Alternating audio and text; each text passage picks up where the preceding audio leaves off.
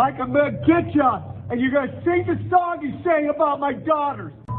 Mike, I'm gonna get ya, and you're gonna sing the song you sang about my daughters. Mike, I'm gonna get ya, and you're gonna sing the song you sang about my daughters. Take your apology, but I'm still gonna hit you with a car if I ever see you, and that's slit, buddy.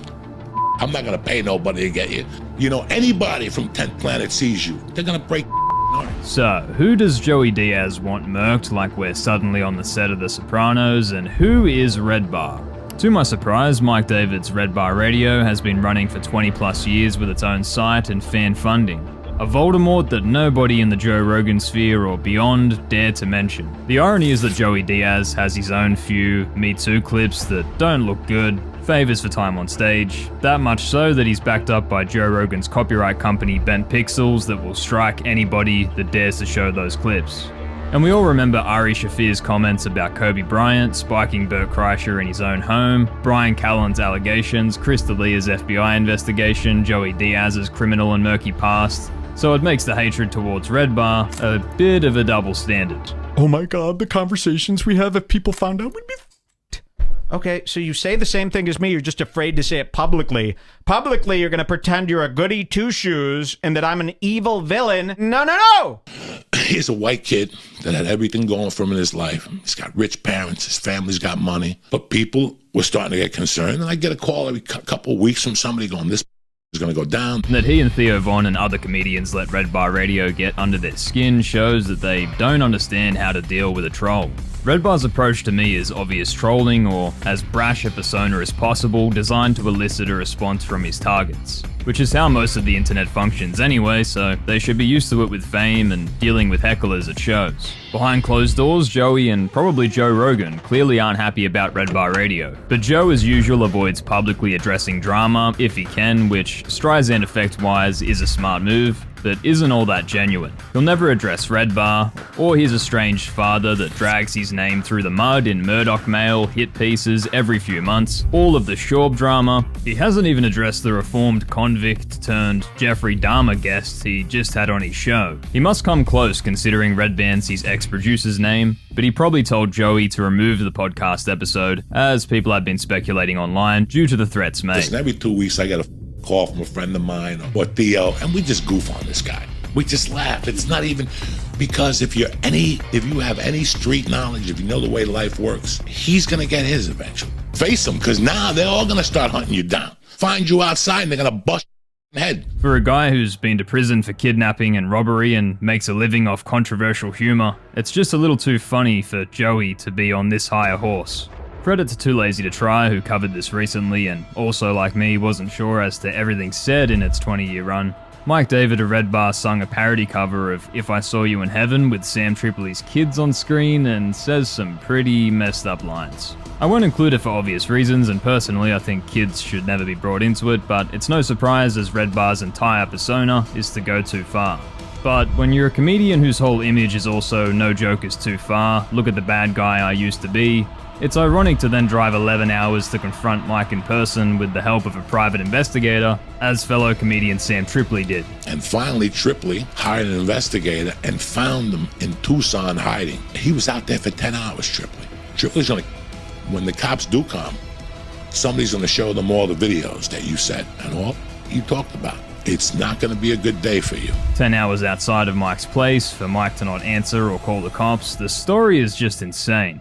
Add on top when the cops see the video you've done, Joey, they aren't in good taste at all, but does he really think the police can arrest Mike David for that? Laughable from Joey, but adding in his and Sam's endless threats on podcasts, it wouldn't look good in court if it gets to that point. Speech, this is free. You don't know the definition of free speech. You should be worried about me kicking your teeth in, okay? Love or despise RedBar, he's playing the villain, troll, heel of the comedy world, who will push boundaries into ugly places.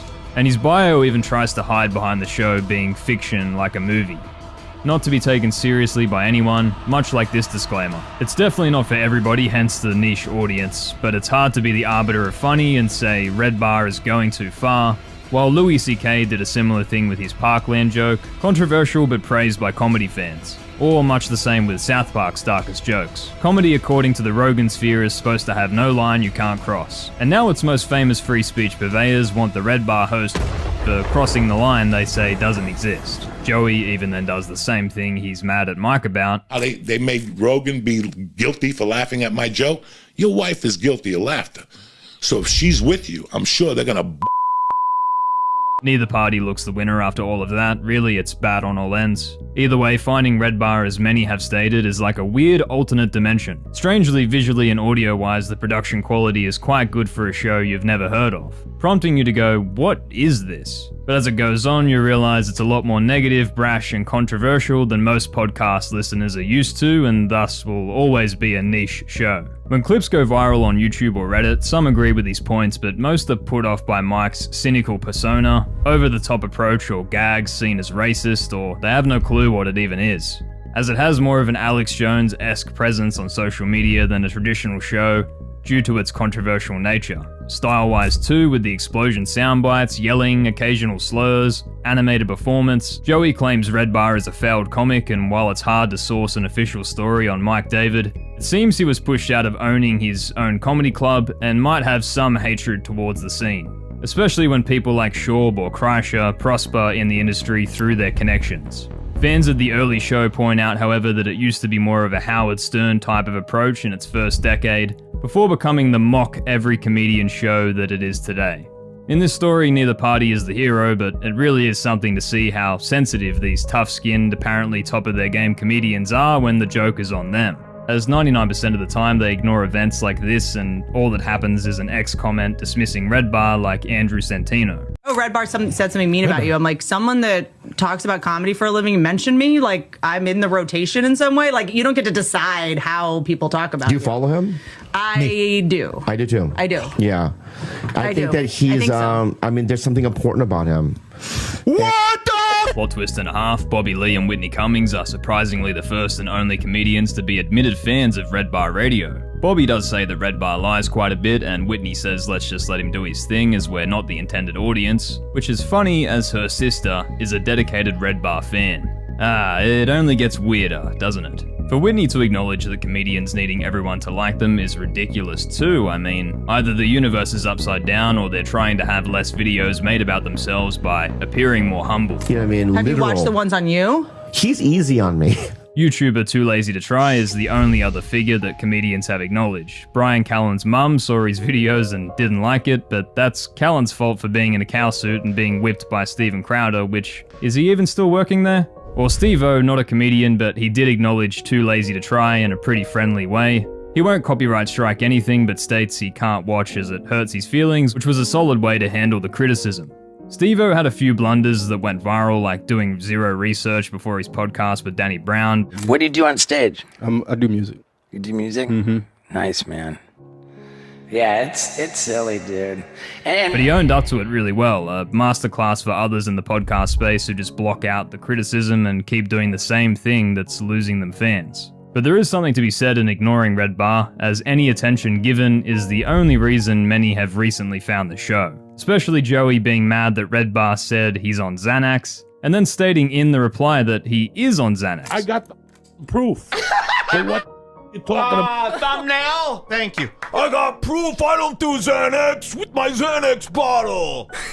The whole thing was a mess that only grew RedBar's audience. RedBar Radio will continue on unless someone tries litigation like Schaub did, as it exists outside of the usual bubble. It doesn't take sponsors, it doesn't rely on Patreon or AdSense money, which take a large cut compared to being entirely independent, and that's how the show manages to have zero breaks or no rules, unlike most. Whether loved or hated, RedBar Radio will continue to upset every millionaire comedian silly enough to give the show the time of day. You better apologize, brother, because you're going to be hiding the rest of your life over nothing. And there's Ari Shaffir in the background probably getting ready to hose him down. I have a lot of friends that are very affected by him. Have you? How so? Like that? Like they complain about him. Okay, yeah. No, I've heard people are like, "Did you see that RedBar video that you were in?"